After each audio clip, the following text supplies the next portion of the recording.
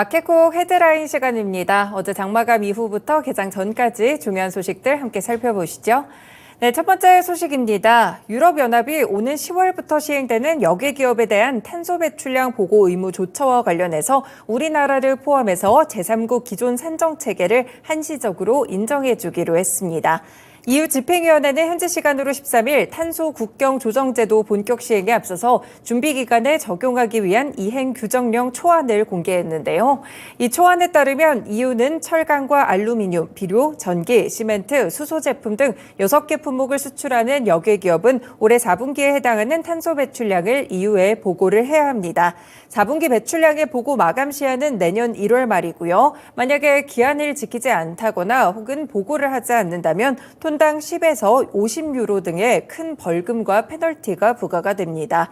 다만 이행의 규정이 도입되는 첫 해에는 일종의 유연성을 부여하기로 했다는 점이 눈에 띄고 있는데요. 초안은 EU의 자체 산정 방식 외에도 제3국의 기존 탄소 가격제와 연동하거나 검증된 체계하에서 탄소 배출량을 계산한 경우에도 의무를 이행한 것으로 인정해 주기로 했습니다.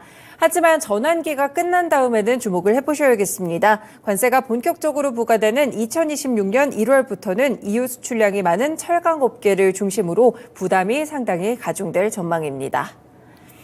두 번째 소식 보겠습니다. 삼성 SDI와 GM이 미국의 인디애나주 북중부 지역인 세인트 조셉 카운티 내 뉴 칼라일에 배터리 합작법인을 건설하기로 결정을 했습니다.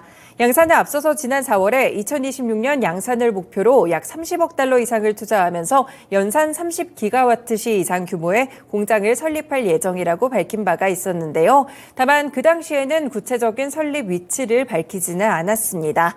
뉴 칼라일에 들어설 합작 공장의 부지는 265만 제곱미터 규모고요. 축구장 390여 개의 면적에 달할 만큼 상당히 넓다고 합니다. 만약에 생산시설이 완성되면 1,700여 개의 일자리도 창출될 것으로 기대가 되고 있고요. 현재 합작법인에서 고성능 하이니켈 각형과 원통형 배터리를 생산하게 됩니다.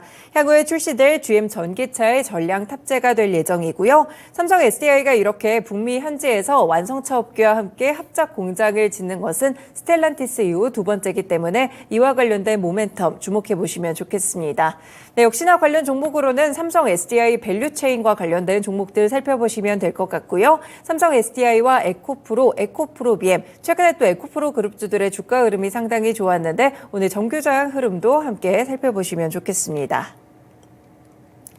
다음 소식입니다. 조승환 해양수산부 장관이 어제 일본의 후쿠시마 원전 오염수 방류를 앞두고 우리 식탁에 오르는 수산물들은 안심하고 먹어도 된다라고 답을 했습니다. 조 장관은 이날 국회에서 열린 경제 분야 대정문 질문에서 이 같은 이야기를 했는데요. 오염수 방류 이후 수산물 안전성에 대한 이현승 국민의힘 의원의 질의에 후쿠시마 원전 사고 이후 3만 건의 수산물에 대한 방사능 검사를 했었는데 기준치 이상의 방사능이 검출된 사례는 없었다라면서 이같이 말했습니다.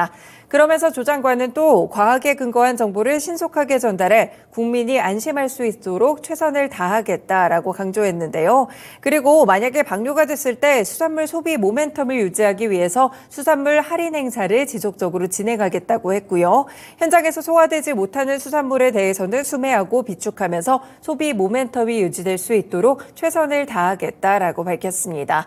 네, 지금 후쿠시마 오염수 방류와 관련해서 최근에 수산물 관련 종목들 혹은 소금 관련 종목들이 굉장히 들썩이고 있는데요. 지금 시간외에서 관련 종목들 다시 한번 상승하는 모습을 기록했습니다. 어제도 비슷한 흐름이었는데 CJ시푸드나 사주시푸드, 동원산업 같은 수산물 관련 종목들 일단 주목해 보시면 좋을 것 같고요.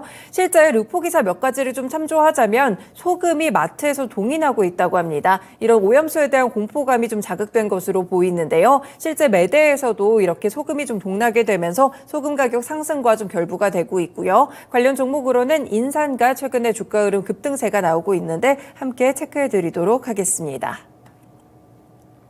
다음 소식입니다. 도심 항공교통 산업 활성화를 위해서 수직 이착륙장 등 관련 시설을 설치하고 정부가 관련 비용들을 지원할 수 있도록 하는 내용의 법안이 국회 소위원회를 어제 통과했습니다. 이 법안에는 UAM 이착륙을 위한 버티포트 개발 사업을 국토교통부 장관이 시행할 수 있도록 하고 국토교통부 장관 외에 다른 사업자도 이를 개발할 수 있도록 하되 이와 관련된 절차를 마련하는 내용들이 담겼는데요. 그리고 UAM 연구개발과 실증 시험을 원활하게 수행하기 위해서 실증 사업구역을 지정 운영할 수 있도록 하고 지원을 위한 법적 근거들도 함께 마련을 했습니다. 이와 더불어서 국토교통부 장관이 UAM 사업자에게 예산의 범위에서 필요한 경비의 전부라든지 일부를 지원할 수 있는 근거도 함께 마련이 됐고요.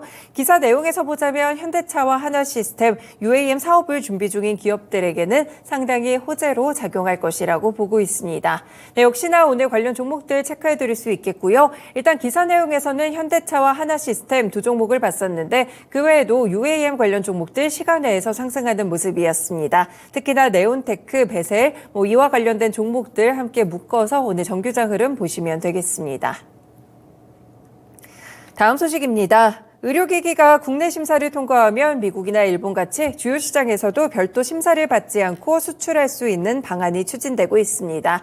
네, 먼저 MDSAP라는 개념을 설명드릴 텐데요. 의료기기 공동심사 프로그램이라고도 불리고 있습니다. 지난 2019년에 미국과 일본, 캐나다, 호주, 브라질 이렇게 5개 나라들이 국제기준에 따라서 의료기기의 안전과 품질을 공동심사하도록 만든 제도인데요.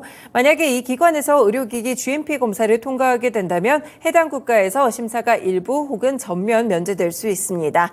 권호상 식약처 차장은 심사 결과가 해당 국가에서 일부 또는 전부 인정받게 됨으로써 신속한 해외 시장 진출에 도움이 될 것이라고 설명을 했습니다. 네, 이렇게 수출에는 조금 더 빠르게 규제를 한턱 없앨 수 있는 그런 모멘텀이 될 수 있겠죠. 최근에 미용 의료기기들 중심으로 해서 주가가 상승하고 있는 모습인데 이와 관련된 주가 흐름도 체크해 두시면 되겠습니다. 네, 마지막으로는 종목 뉴스입니다. 검찰이 트래펑 제조사 백광산업의 횡령 의혹에 대해서 강제 수사에 나섰습니다. 어제 검찰은 이와 관련해 백광산업의 본점과 지점, 임원의 주거지 등 10곳 정도를 압수수색했다고 하는데요. 이 검찰은 김성훈 전 대표가 회계 조작을 통해서 200억 원 정도의 회사 돈을 횡령한 것으로 보고 있습니다. 그리고 같은 회사 임원인 박모 씨에 대해서도 특수관계사 차익을 장부에 허위로 기재한 것으로 보고 자본시장법과 외부감사법 위반 혐의로 수사를 하고 있는데요. 금융감독원이 지난해 7월 백광산업에 100억 원대 횡령과 허위 공시 정황이 있는 것으로 보인다며 검찰에 수사 참고 정보를 넘긴 것으로 알려지고 있습니다. 김 전 대표는 김종희 회장의 아들로 지난 3월에 대표이사 자리에서 물러났고요. 지난 7일 기준으로 백광산업의 지분 22.64%를 보유하고 있는 최대 주주입니다. 사실 이 백광산업은 트래펑 제조사기도 하지만 최근에 주가가 급등했던 이유는 바로 새만금 산업단지의 수산화 나트륨 최대 생산 능력이 부각됐기 때문입니다. 실제 수급적으로도 괜찮은 흐름을 보이게 되면서 시장에서 큰 주목을 받았던 종목인데요. 어제 2시 정도쯤에 단독 보도가 나왔고 이와 관련돼서 주가가 급격하게 꺾이면서 정규장에서 25% 급락으로 마감이 됐습니다. 그런데 이제 장마감 이후에 이 해명 공시에서도 같은 내용의 공시가 나왔고요. 결국에 시간외에서도 5% 정도 하락이 나왔었는데 오늘 정규장에서 백광산업 어떻게 움직일지 악재로 인식하시면서 체크해 두셔도 될 것 같습니다. 네, 이렇게 6가지 소식들 함께 봤습니다. 마켓국 헤드라인이었습니다.